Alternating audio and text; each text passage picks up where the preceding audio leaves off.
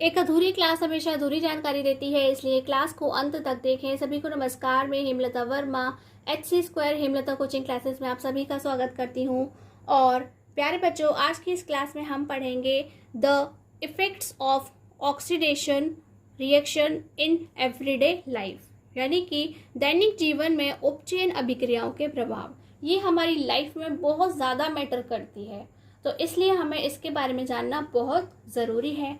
तो यहाँ पर सबसे फर्स्ट टॉपिक में हम आपको पढ़ाएंगे रस्टिंग। रस्टिंग यानी कि जंग लगना। आप सभी के घर में आयरन ऑब्जेक्ट होते हैं, यानी कि लोहे का सामान होता है, और आप सभी ने उसे खराब होते हुए भी देखा है। वह धीरे धीरे खराब हो जाता है, बिल्कुल खराब हो जाता है, क्योंकि उसमें क्या होता है, रस्ट लग जाती है, यानी कि वहाँ पर जंग लग जाती है, रस्टिंग हो जाती है। तो हमें उसके बारे में जानना है, चलिए देखते हैं। We know that iron articles यानी कि सामान, वस्तुएं, आर शाइनी। जब आपके पास में आयरन आर्टिकल्स होते हैं तब वह कैसे होते हैं, व्हेन न्यू वन, जब वह नए होते हैं तो काफ़ी शाइनी होते हैं। But get coated with a reddish brown powder, लेकिन क्या होता है, उनके ऊपर एक रेडिश ब्राउन कलर का पाउडर चढ़ जाता है।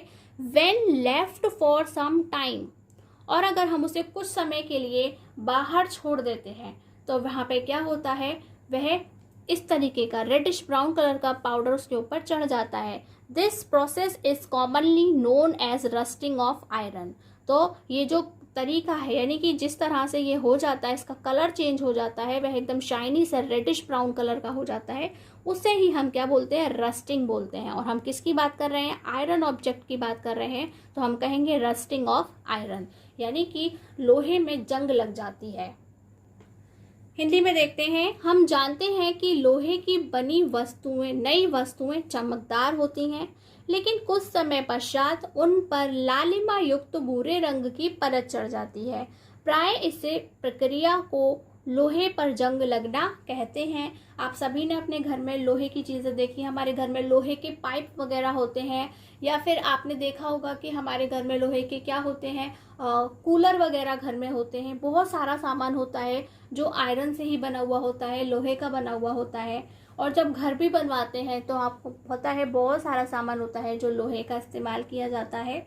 आपने देखा होगा घर की खिड़कियां भी जो होती हैं बहुत सारी, वह उसमें लोहे का इस्तेमाल होता है। या जो हमारे दरवाजे होते हैं उनमें जो बाउंड्री लगी हुई होती है उसमें भी, जिसे हम हिंदी में चौखट बोलते हैं, क्या कहते हैं, चौखट बोलते हैं, वह भी किसकी बनी हुई होती है, लोहे की बनी हुई भी होती है। तो उनमें क्या होता है, थोड़े समय बाद में वह खराब हो जाते हैं, क्योंकि वहाँ पे एक रेडिश ब्राउन यानी कि लालिमा युक्त भूरे कलर की एक परत चढ़ जाती है, उसे ही हम जंग लगना कहते हैं।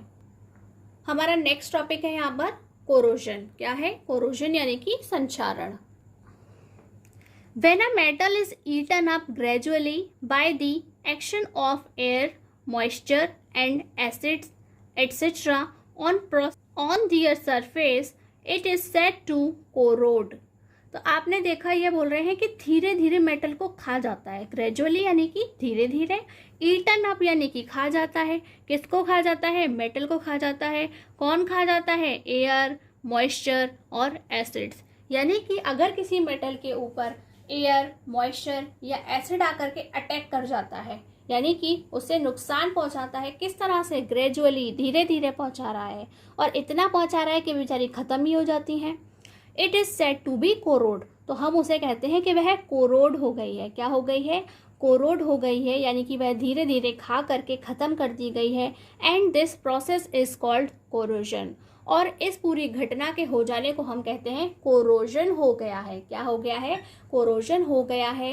हिंदी में हम क्या कहेंगे, जब एक धातु की सतह, ठीक है, यानी कि जो भी मेटल थी उसकी सरफेस पर वायु, नमी तथा अम्लों से क्रिया कर, ठीक है, वहाँ पे वायु यानी कि एयर, नमी यानी कि मॉइस्चर, जिसके अंदर क्या होता है, H2O होता है, और अम्ल यानी कि जितने भी टाइप्स के एसिड्स हैं जो उसके ऊपर आ करके गिर जाते हैं, लग जाते हैं, से क्रिया कर धीरे धीरे खत्म होती जाती है।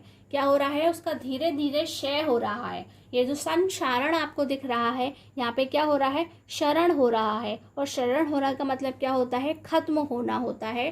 तब यह संक्षारित होती है। ठीक है। इस तरह से वह धीरे धीरे संक्षारित होती है और इस प्रक्रिया को संक्षारण कहा जाता है। यहाँ पर नेक्स्ट है rusting of iron. Metal is the most common form of corrosion, यानी कि जो हमने ऊपर रस्टिंग टर्म पढ़ा था वह कोरोजन से ही रिलेटेड है। और उसमें क्या हो रहा है कि ये जो कोरोजन है उसके अंदर रस्टिंग हो रहा है, क्योंकि आयरन क्या है, एक मेटल है, लेकिन उसे स्पेशली एक नाम दिया गया है। क्या नाम दिया गया है? रस्टिंग नाम दिया गया है जब यह आयरन मेटल के साथ में होता है। तो लोहे में जंग का लगना संक्षारण का सर्वाधिक सामान्य उदाहरण होता है। रस्टिंग है उसके लिए हम उसे केमिकल इक्वेशन में कैसे लिख करके दिखाएंगे? तो ये हो गया हमारा आयरन, यानी कि जो भी आयरन ऑब्जेक्ट है, और एटमॉस्फेयर से हमने ले ली O2 गैस, एटमॉस्फेयर से हमने ले ली नमी, नमी यानी कि क्या होती है? H2O water. और मैं यहाँ पर आपको लिख के दे रही हूँ 2x। x क्या है? इससे मल्टीप्लाई करते जाइए तो ये जो है वह तैयार होता है 2Fe2O3 और यहाँ पे लिखना है आपको XH2O। ठीक है। इस x का मीनिंग क्या है कि अगर यहाँ पर 2 की जगह यहाँ पे 4 आता है तो हमें यहाँ पर भी क्या लिखना होगा कि 2 से मल्टीप्लाई होने पे 4 बन रहा है, यानी कि यहाँ पे 2 आने वाला है। 3 से मल्टीप्लाई हो रहा है यानी कि यहाँ पे भी 3 आने वाला है। अगर यहाँ पे 8 लिखा है यानी कि 4 से मल्टीप्लाई हुआ है तो यहाँ पे भी 4 आने वाला है। तो ये आपको बता रहा है कि उसमें कितने साथ, उसके साथ में कितना वाटर बन रहा है। तो यहाँ समझने वाली बात यह है कि ये जो आयरन है वह इन दोनों के साथ में रिएक्ट करके ये एटमॉस्फेरिक है। क्या है? इन्हें हम एटमॉस्फेरिक गैसेस भी कह सकते हैं, ये एटमॉस्फेयर में होती हैं। तो ये क्या मिलके बना रहा है? इसे आयरन ऑक्साइड बोलते हैं। क्या बोलते हैं? आयरन ऑक्साइड बना रहा है, और उसकी वजह से इसका जो कलर चेंज हो रहा है वो भी आपको याद रखना है कि ये पहले कैसा था। पहले ये शाइनी था, चमकदार था, और बाद में ये कैसा हो गया? रेडिश ब्राउन कलर का हो जाता है। तो आपको उसमें कलर का ध्यान रखना बहुत ज़रूरी है, क्योंकि एग्जाम में बार बार कलर्स पूछे जाते हैं। चलिए, तो ये जो हमारा रस्टिंग है या कोरोजन है उससे बचाने के भी तो कुछ उपाय होंगे। तो हाँ, जब रस्टिंग होती है तो उसे बचाने के हमारे पास में कुछ उपाय होते हैं, यानी कि प्रिवेंशंस हैं जिससे हम उसे बचा सकते हैं। तो आपसे एग्जाम्स में पूछे भी जाते हैं और आपको अच्छे से पता है। बाय पेंटिंग, रंग करके, आपने देखा है हमारे घर में जो आयरन ऑब्जेक्ट होते हैं हम उन पे क्या कर देते हैं? पेंट कर देते हैं। ऑयल पेंट आता है उन पे करने के लिए अलग से, हम वो वाला पेंट कर देते हैं। या फिर आपने देखा होगा जो मशीन्स वगैरह होती हैं वह किसकी होती हैं? आयरन की बनी हुई होती हैं मशीनें। तो बाय अप्लाइंग ग्रीस और ऑयल, तो वह ठीक से चलें, उनमें जंग ना लगे, उसके लिए उनमें बार बार क्या करना पड़ता है? ग्रीस और ऑयल लगा कर रखना पड़ता है। क्या करना पड़ता है? बार बार उनमें ग्रीसिंग और ऑयलिंग की ज़रूरत होती है।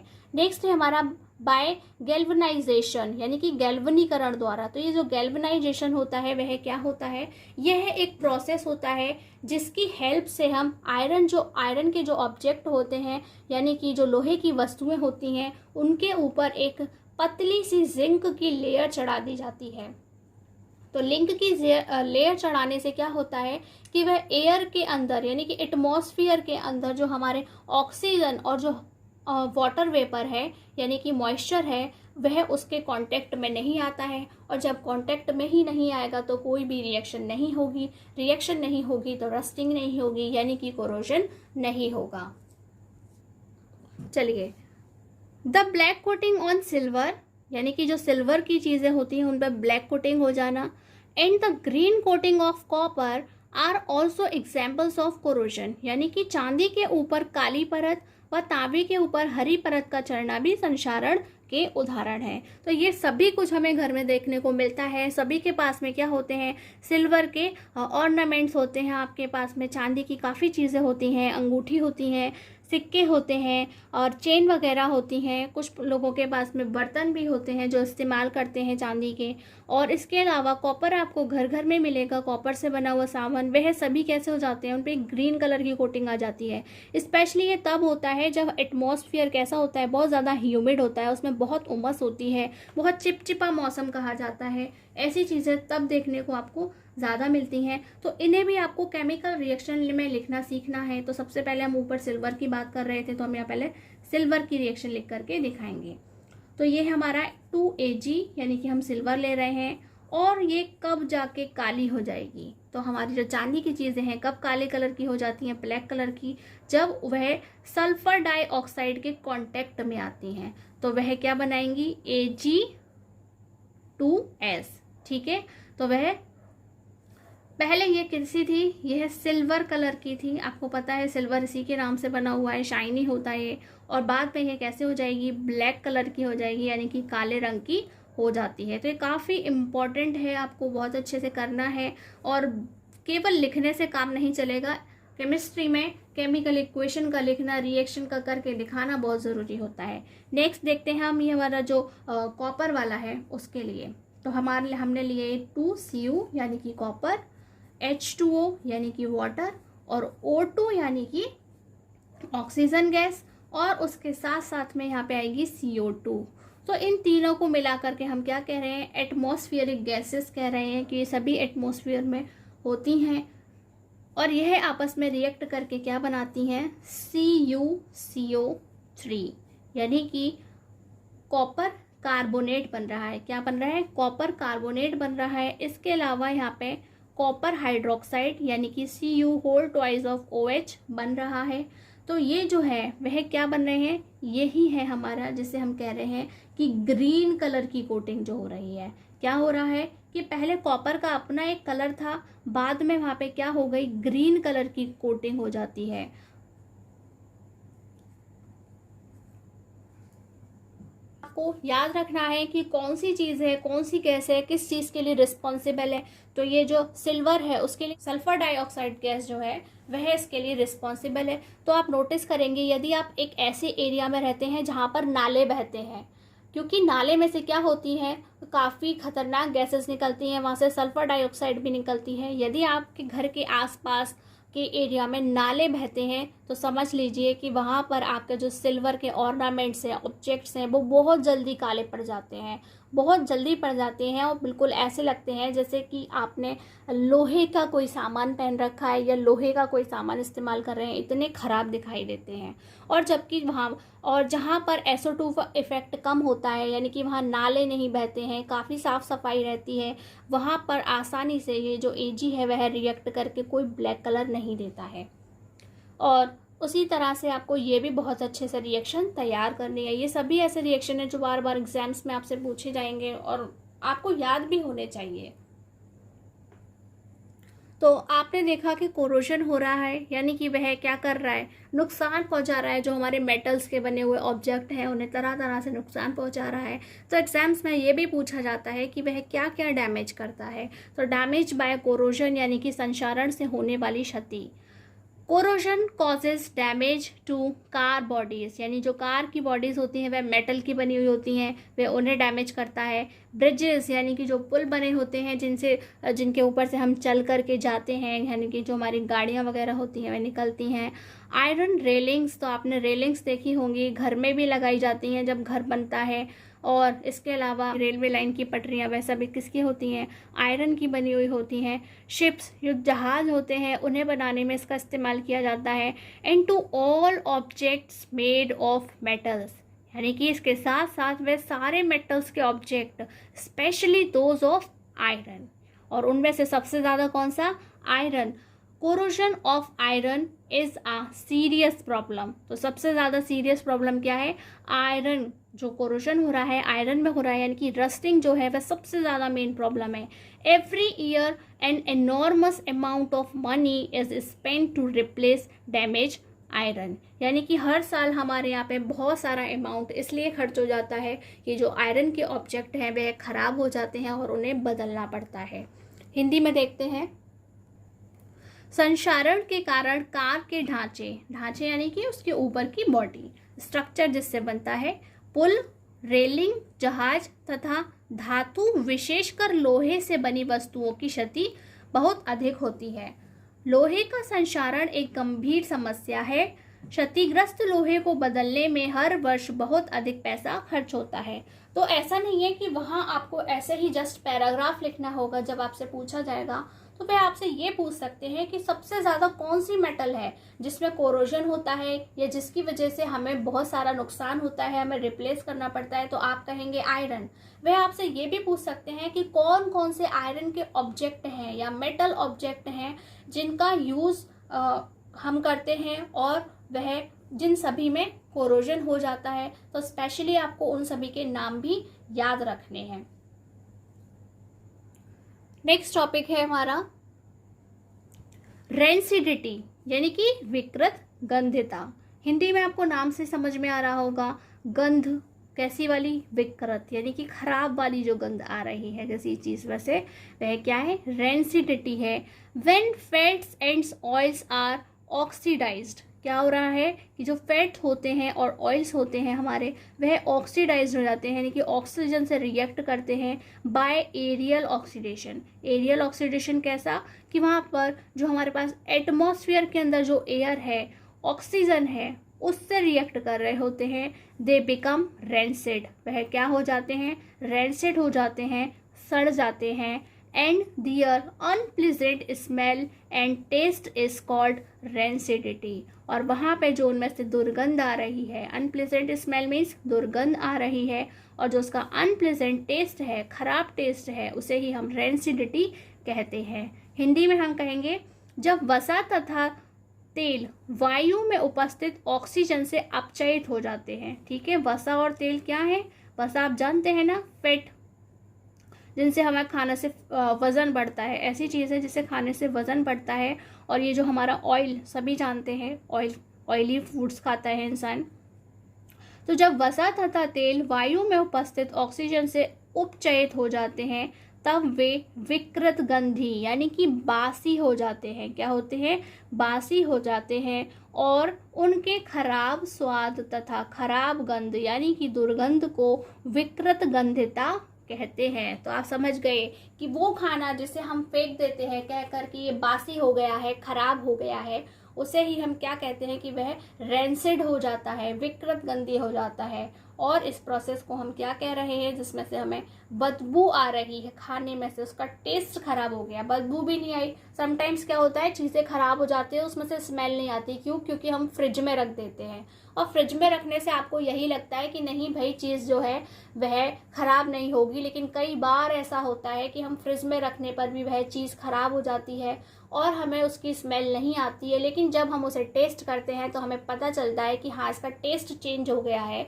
ये खराब हो गई है। तो इसके लिए भी आपको केमिकल रिएक्शन लिखनी होती है। हालांकि वह वर्ड इक्वेशन है, कैसी है, वर्ड इक्वेशन है, तो आपको आनी चाहिए, यानी कि हम शब्द समीकरण यहाँ पर लिखने वाले हैं। तो ये है हमारा क्या है, ये हमारा फूड है, और कौन सा वाला फूड है जिसमें क्या है, फैट्स हैं, ऑयल्स हैं, वह इनसे मिलकर बना हुआ है, और वह क्या कर रहे हैं, एटमॉस्फेयर की जो ऑक्सीजन गैस है उससे खराब होकर के रेंसिड हो जाते हैं। क्या हो जाते हैं, रेंसिड हो जाते हैं। और इसी तरह से हमें हिंदी में भी लिखना होगा कि जो हमारा भोजन है कैसा है, वह वसा और तेल युक्त है। कैसा है, वसा और तेल युक्त जो खाद्य पदार्थ हैं वह ऑक्सीजन से रिएक्ट करके विकृत गंधी हो जाते हैं। क्या हो जाते हैं, विकृत गंधी हो जाते हैं, यानी कि उसमें से एक दुर्गंध आती है। तो यह आपको लिखना बहुत ज़रूरी है।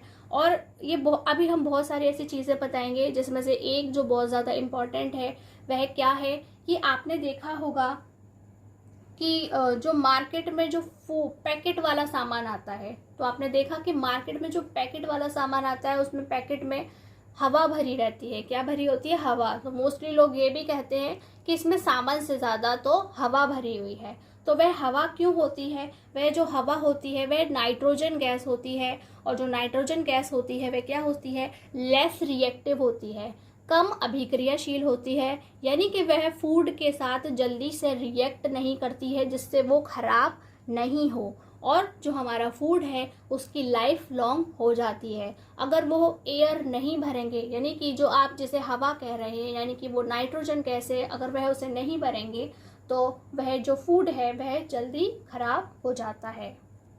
तो अब हमारा नेक्स्ट टॉपिक क्या है कि कौन कौन से तरीके हैं जिनसे हम अपने खाने को ख़राब होने से बचा सकते हैं या उसकी लाइफ को लॉन्ग कर सकते हैं। तो सबसे पहले है ये वेरियस मेथड्स फॉर प्रिवेंटिंग और रिटार्डिंग रेंसिडिटी ऑफ फूड, यानी कि भोजन की विकृत गंधता को रोकने या कम करने की विभिन्न विधियाँ। सबसे पहले है बाय एडिंग एंटीऑक्सीडेंट्स, यानी कि हम उसमें एंटीऑक्सीडेंट डाल दें, यानी कि जो ऑक्सीजन से ऑक्सीडेशन होने वाला है उसका एक ऐसी चीज़ डाल दें जिससे वो ऑक्सीडेशन हो ही ना। To foods containing fats and oils, यानी कि ऐसे सामान के अंदर हम एंटीऑक्सीडेंट मिला दें। वसा और तेल युक्त खाद्य पदार्थों में एंटीऑक्सीडेंट का शामिल कर दें, उस पर मिक्स कर दें जिससे वो जल्दी से खराब ही ना हो। इन्हें ही हम क्या बोलते हैं, प्रिजर्वेटिव्स बोलते हैं। तो आपने देखा होगा खाने की लाइफ लॉन्ग करनी है, कोई एक प्रिजर्वेटिव उसमें डाल दिया जाए तो हम उसे ही क्या बोल रहे हैं, एंटीऑक्सीडेंट बोल रहे हैं। सेकंड है by packaging fat and oil containing foods in nitrogen gas, यानी कि जो पैकेट वाला फूड है और किससे बना हुआ है, फैट और ऑयल से मिलकर बना है, तो हम उसमें साथ साथ क्या कर दें, नाइट्रोजन गैस को भी पैक कर दें। पैकेट बंद भोज्य पदार्थों में नाइट्रोजन गैस भरकर भी हम इससे बचाव कर सकते हैं। बाय कीपिंग, ये मोस्ट इंपॉर्टेंट क्वेश्चन है जो एग्जाम्स में पूछा जाता है। By keeping food in a refrigerator, यानी कि भोजन को फ्रिज में रखकर भी हम उसकी लाइफ को लॉन्ग कर सकते हैं, लेकिन बहुत अधिक लॉन्ग नहीं कर सकते हैं। नेक्स्ट है bye storing food in air tight containers. अब कैसे बर्तनों का इस्तेमाल करना है, वायु रोधी बर्तनों में खाद्य सामग्री रखकर। आपको एक ऐसा बर्तन रखना है जिसमें एयर जाए ही नहीं, बिल्कुल एयर से वह कांटेक्ट में आए ही नहीं। जब वह एयर के कांटेक्ट में आएगा ही नहीं तो आपका जो फूड है वह खराब नहीं होता है। ये जो वायु रोधी है, हम इस टर्म को और कैसे समझ सकते हैं, जो वायु का विरोध कर रहा हो, जो विरोध करेगा वह क्या करेगा, वह दूर रखेगा। तो ये वायु रोधी जो है वह वायु के होने का विरोध करेगा, वहां पर उसे नहीं आने देता है। Storing foods away from light can also prevent rancidity, यानी कि अगर हम अपने खाने को लाइट से, यानी कि किसी भी तरह के प्रकाश से, लाइट से, हीट से दूर रखते हैं तो वह भी जल्दी से ख़राब नहीं होता है, क्योंकि आपको पता है कि जहाँ पर भी लाइट हीट वगैरह होते हैं वहाँ का टेम्परेचर कैसा होता है, ज़्यादा होता है। और जब हमारे पास में चीज़ ज़्यादा टेम्परेचर पर होती है तो वह जल्दी ख़राब हो जाती है। जैसे कि आप देख रहे हैं गर्मी में टेम्परेचर ज़्यादा होता है तो हमारा खाना जो है वह जल्दी ख़राब हो जाता है। इसलिए हम क्या कह रहे हैं, ऐसी जगह से खाने को दूर रखो, वहाँ पर स्टोर मत करो जहाँ पर क्या है, लाइट है, हीट है, वहाँ पर स्टोर नहीं करना है। खाद्य पदार्थों को प्रकाश से दूर रखकर, तो हमें प्रकाश में नहीं रखना है, ठंडे में, जैसे कहते हैं ना कूल एंड डार्क प्लेस। आपने मेडिसिन के लिए काफ़ी बार पढ़ा होगा कि आपको कहाँ रखनी है, ऐसे कूल एंड डार्क प्लेस में रखनी होती हैं। इसी तरह से जो हमारा फूड है उसे भी इसी तरह से लाइट से दूर रखिए, कूल और डार्क प्लेस में रखिए, तब भी वह जल्दी से ख़राब नहीं होता है। तो आज की क्लास कैसी लगी हमें ज़रूर बताएं। प्यारे बच्चों, डू रिमेंबर, आज की क्लास आज ही प्रिपेयर करें, कल के लिए बचाकर कुछ नहीं रखें। यदि ये क्लास आपको अच्छी लगी हो तो please like, comment and share this class, और चैनल को सब्सक्राइब करें और बेल आइकन को प्रेस करना बिल्कुल ना भूलें। आज की क्लास में बस इतना ही। नमस्कार, धन्यवाद।